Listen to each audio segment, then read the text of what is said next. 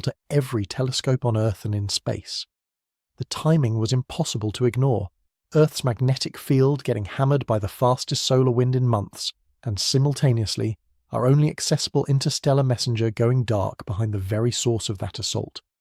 Scientists are careful people, trained to avoid jumping to conclusions, conditioned to repeat the mantra that correlation does not equal causation. They measured their words carefully when reporters asked if these events could be connected. Then the earthquakes started. Multiple magnitude 7 earthquakes struck different regions of Earth within hours of the solar wind's arrival. Seismometers recorded the violent shaking, the sudden release of tectonic energy that had been building for years, perhaps decades, in the stressed rock beneath our feet. The tremors were not unexpected in a statistical sense. Earth experiences roughly 15 magnitude 7 earthquakes every year on average. But having several occur in close temporal proximity to a major solar event, and the disappearance of an interstellar comet, triggered something in the human pattern recognition system, that ancient part of our brains that searches for connections, that demands meaning from coincidence.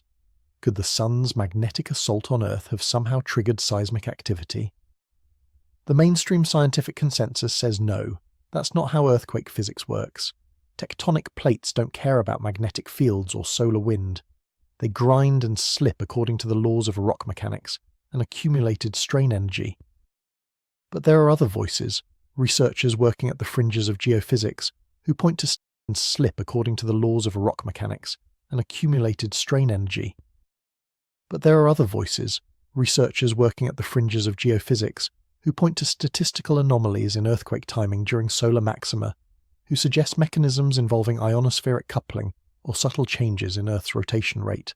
These ideas haven't gained traction in peer-reviewed literature, but they circulate in conference hallways and online forums, whispered possibilities that the mainstream hasn't yet disproven to everyone's satisfaction.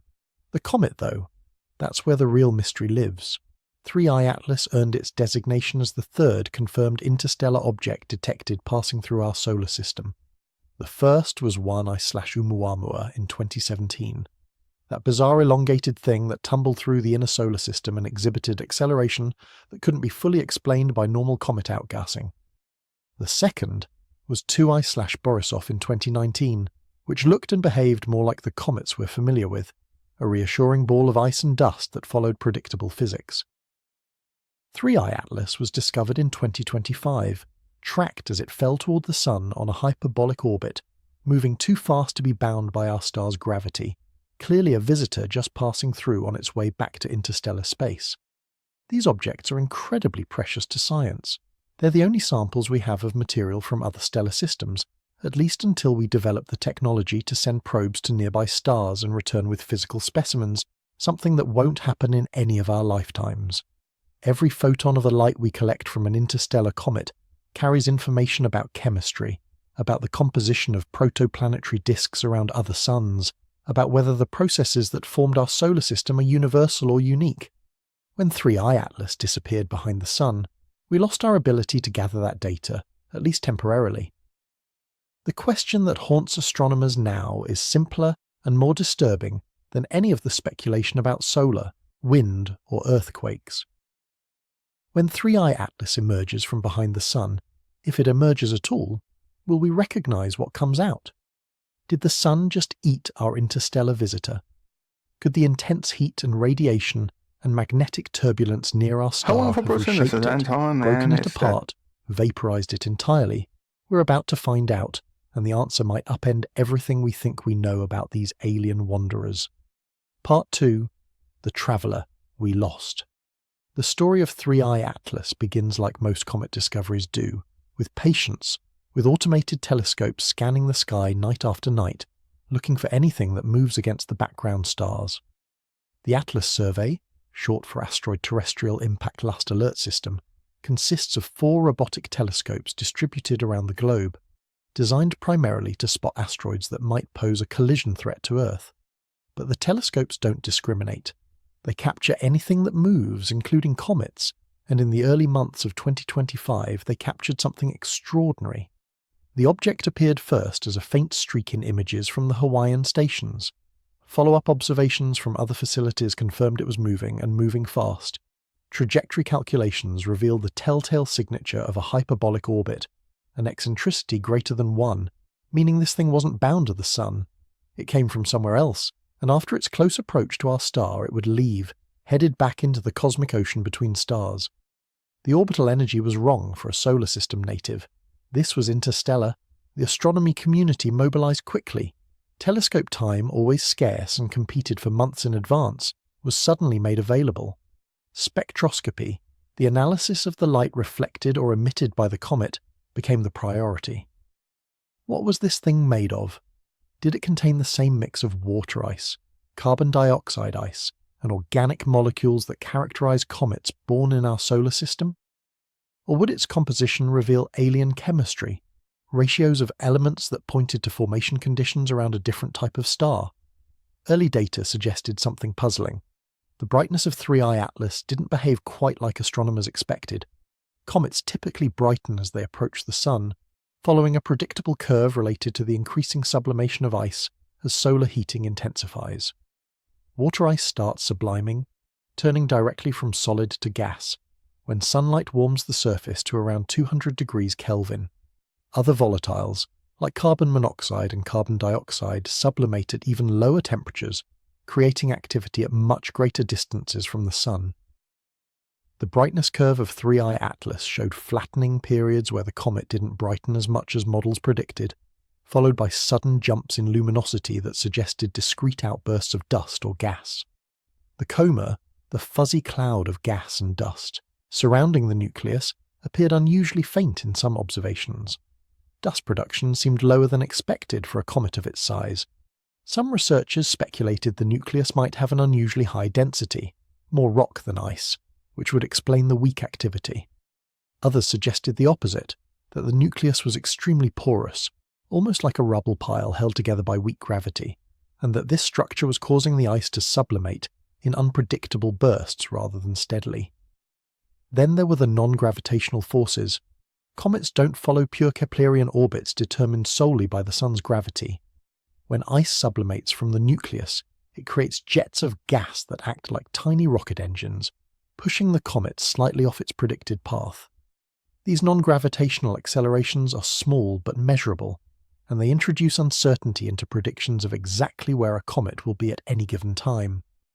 For 3I Atlas, these perturbations were particularly difficult to model. The orbit calculations kept getting refined, the error bars kept shifting, and astronomers grew increasingly uncertain about precisely when and where the comet would reappear from behind the Sun. Some observations hinted at possible fragmentation before the disappearance. Comet nuclei are fragile things, weakly bound collections of ice and rock that can split apart under thermal stress or tidal forces.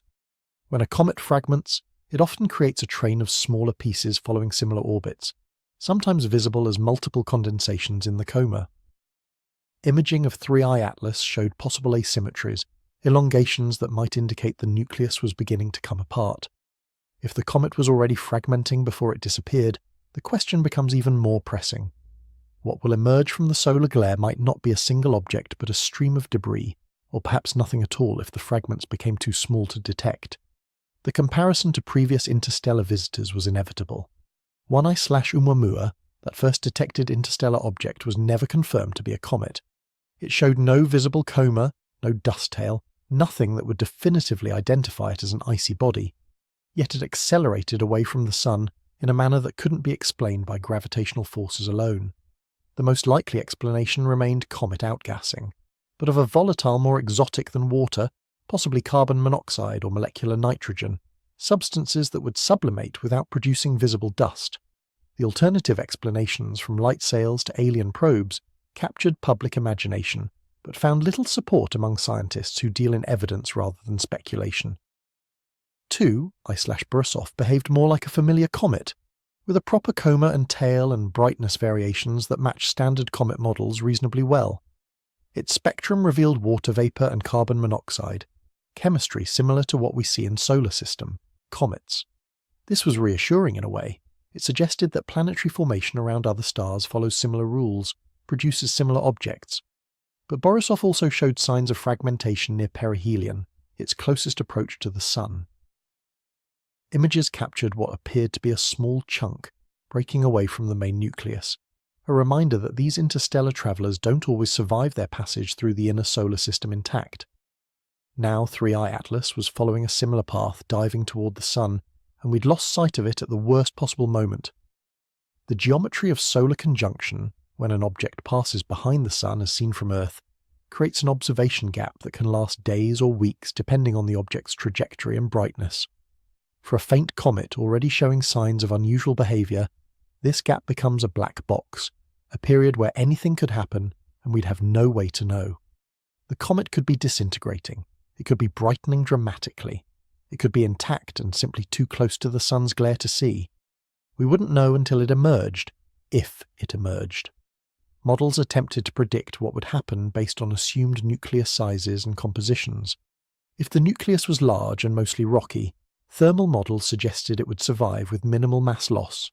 If it was small and icy, the heat near perihelion could vaporize it completely, leaving nothing but a dispersing cloud of gas and dust. The uncertainty in nucleus size was enormous, ranging from a few hundred meters to several kilometers, a factor of 10 or more, and that uncertainty propagated through every prediction model, turning forecasts into guesswork. The phrase astronomers kept using was invisible interstellar traveller. Somewhere behind the Sun's glare, hidden from every telescope humanity has built, an object from another star system was either surviving or dying, and we could do nothing but wait and wonder what would emerge when the geometry finally allowed observation again. The wait felt like an eternity compressed into days. Part 3. When solar wind meets alien ice. The Sun is not a gentle thing. We think of it as our benign, life-giving star, the warm light that makes Earth habitable, but up close, the Sun is violent, chaotic, a roiling ball of plasma where temperatures reach millions of degrees, and magnetic fields twist into configurations that store energy like loaded springs. When those springs snap, the results can be catastrophic for anything nearby. The coronal hole that opened in October 2025 was one of those events that make solar physicists nervous. Coronal holes are regions where the Sun's magnetic field opens up into space rather than looping back to the surface. These open field lines act like highways for solar wind, allowing plasma to escape into the solar system at high speed. A typical solar wind speed is around 400 km per second. The wind, pouring from this particular coronal hole, was moving at 700 km per second, nearly twice as fast, carrying more momentum, more energy, more potential for disruption. When solar wind at those speeds encounters a comet, the interaction becomes complex and violent. Comets are not magnetically shielded like Earth. They don't have a magnetosphere to deflect the charged particles. Instead, the solar wind slams directly into the coma, the cloud of gas and dust surrounding the nucleus, and strange physics takes over. The gas in the coma becomes ionized by solar ultraviolet radiation, creating a population of electrically charged molecules. These ions respond to magnetic fields, and the solar wind carries frozen-in magnetic field lines that drape around the comet like a cape.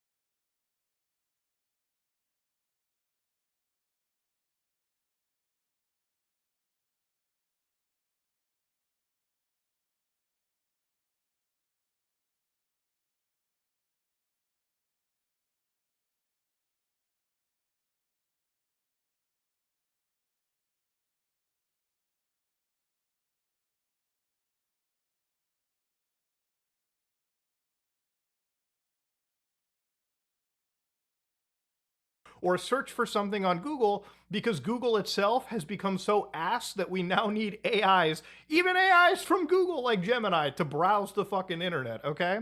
Just a few days ago, I was looking at the Comet browser, which is an AI browser that browses the internet for you, burning God knows how many resources just to fuck up basic forms that you could have filled out in a matter of seconds. But it is what it is. So because these massive AI data centers are jacking up so much power to be needed, basically information has shown that, again, the cost of actual electricity has increased, in some cases 6.5%. For instance, depending on the state you live in, if you live in Maine, you'll see prices jump up 36.3%. Connecticut goes 18.4 and Utah goes 15.2. So here's the really wild shit about it too, man. Like, we're living in a world where I remember a couple of years ago, there was this big push. There's this mandate, where I live. Guys, we need to have an electric vehicle by 2035 or 2040 or some shit. Here's the funny thing about it. Where I live, there are people that are genuinely worried who work in the electrical infrastructure that are like, hold on a minute. If everyone in this town starts driving an electric vehicle, you're going to have to charge them at some point. Now, usually people who have EVs charge them overnight in their house if they have the apparatuses available. And the thing is, in my neighborhood, pretty much everyone has like an EV. So at night, when everyone plugs in and it has to charge, what is actually occurring is the power grid is getting fucked right up its goddamn ass. No lube, no nothing. But here's the funny thing about it too, right? So not only do you have the AI shit to match up for, the people who are build these electric vehicles now spend an arm and a leg buying the fucking things to begin with. And the sole reason for these vehicles is that the per mile cost was going to be way cheaper than gas. But if that cost is going to go up, in some cases, almost 40% where you live, that's not a good sign.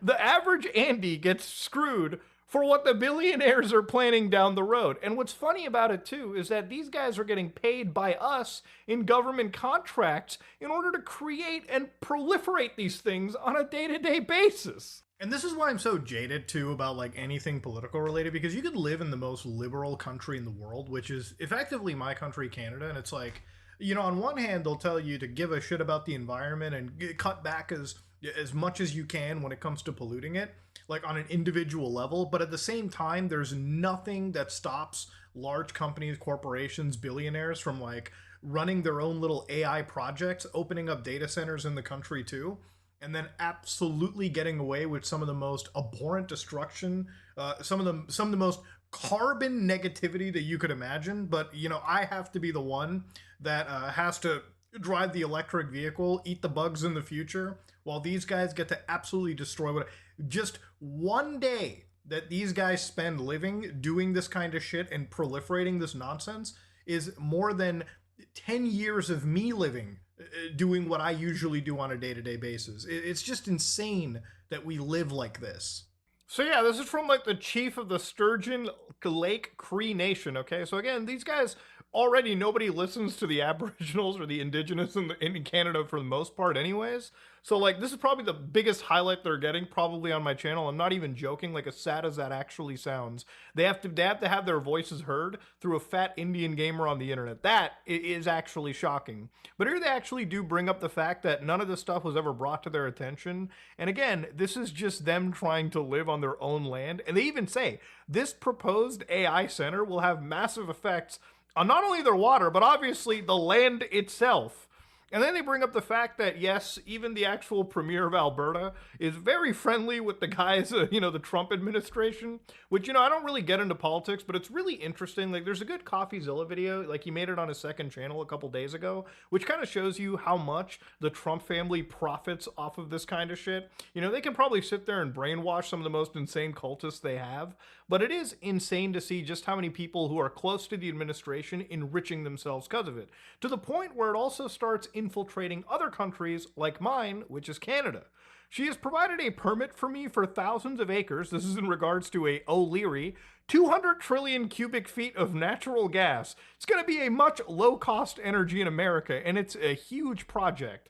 Again, we probably should be thinking of Canada first, but again, if they want to have sellouts in the country, then I guess be my guest. I gotta raise 70 billion, but I'm moving all over the world doing with her, and I've been flying every sovereign wealth fund that will take the meeting, and we're off to the races. So again, they provide YouTube videos with exact quotations. So yeah, they've done their actual research over here. They've talked about it. They even raise a good question. Did the premier travel internationally with this O'Leary in support of this project? I mean, did you guys even talk about this with the federal government? I mean, in some normal countries, you would probably consider this to be an act of fucking treason, but not in the clown world we live in, okay? I'm sick and tired that I live in a world where I can't even escape, any of this shit with the media that I consume. All the South Park episodes I've seen, as good as they are very much tapped into how absurd modern day fucking life and politics really are. When I look at things like Grand Theft Auto 6, I'm going to be absolutely shocked how they satirize the current world, given that we are literally the parody world that all this media talked about right now in 2025. It's insanity. But not only has this AI shit gotten so heavy for some people, not only has it gotten so expensive and it's bleeding into people that would never even care about the stuff to begin with, what really have we gotten with this artificial intelligence that I really think is tangible? For most people, I think everyone has been sold a bill of goods that, people are always hyped. Like, it's something that Linus Torvald says. I think it's like AI is like 10% that he actually sees as feasible, and like 90% of it is like advertising, marketing fluff. For a lot of people that work in industries like the medicine industry, like there's a lot of good shit in the medical world where, like, I guess AI is used to help solve or cut down on a lot of the intricate labor involved with curing diseases.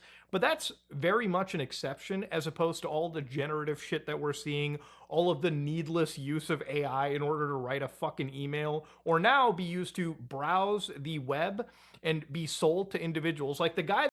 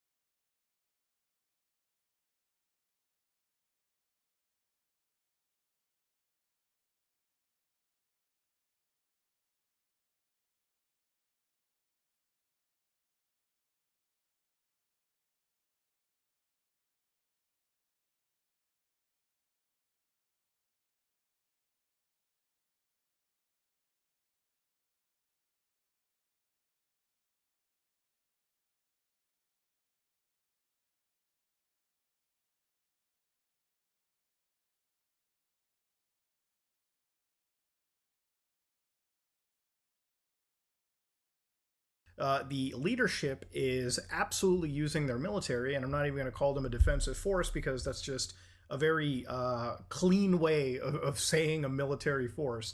The Israeli military absolutely is barbaric against a group of people. They use their might and technological superiority to genocide and kill a whole bunch of people that are not even close to their weight class in terms of combat and technological capabilities. You know, in a span of 2 years, the amount of wanton violence exhibited by the Israeli government is absolutely abhorrent.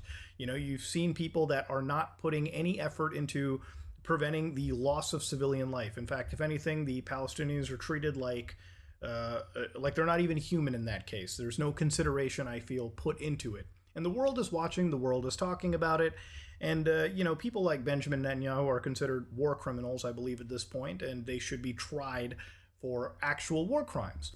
Now, the thing about it is, looking into this situation, I have no issue, obviously, saying the Palestinians deserve assistance, and if you can donate money to them, please do so.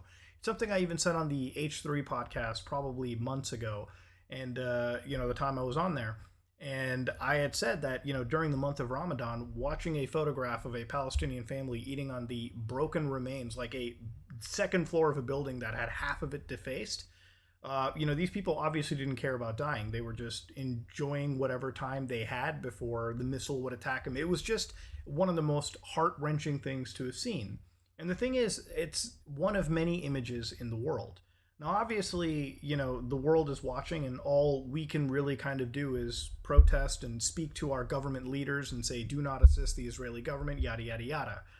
And wherever that may lead, will lead. But the thing ultimately is, going back to the TikTok point, you have leaders like Benjamin Netanyahu blatantly admitting that, you know, I'm sick and tired of people rightfully calling me a genocidal war freak. That said, can we purchase or maybe have stakes in these, you know, platforms like TikTok where there is a lot of pro-Palestinian sentiment? And, you know, through this, using their algorithms, they can start to censor and propagandize themselves and clean their image when there really isn't any reason to be cleaning their image. Like, this is such blatant dishonesty, and the fact that they're admitting this out in the open and people aren't questioning it to the degree that they really should is pretty fucking disheartening. And it's one of the reasons I'm making this video, because at some point you kind of do have to talk about these things in amongst the goofy shit. You've got insane amounts of AI that are just completely, you know, blasting people out as pedophiles when they aren't in many cases. You've got these same artificial intelligences that are jacking up the prices through the roof and accelerating a pretty bad course when it comes to the environment we live in. And at the same time, a grand use of these tools is built to spy on us. And the most ironic part is, we're fucking paying for it, man. It's just, I don't know. At some point, I feel like these kind of videos are important because I get that it's depressing. I get that it's not what you want to hear. But, you know, given that in Austin, Texas, like, they scrapped their AI camera program because people were out there protesting, because people did raise a stink, I think at some point it's worth, you know, using a video on my platform to at least raise some awareness to the really negative aspects of this. And this is stuff that you can look up and verify for yourself, okay? You don't just need to take my word for it, and that's all I'm gonna say. But ladies and gentlemen, you gotta wake up from the fucking, like, dog shit that we're living in, and at least somewhat start addressing these problems before a year from now it's all going to become impossible to deal with. But ladies and gentlemen, this is me, Mudahar, and I wanted to just talk about this stuff. Tomorrow, we're definitely going to stick to more positivity. I've got some Linux controversies to discuss. I've got some Mudabox consoles that I'm making that I want to showcase on my channel. So all of it involves some Linux, all of it involves some Windows bashing, and you know, we might have some interesting creepypasta lost images to discover too. So going back to regular programming, but yeah, I just wanted to talk about it because, man, I've been on this for like 90 days now, and I had a lot of stuff vented in me that I had to get out. Ladies and gentlemen, I am out.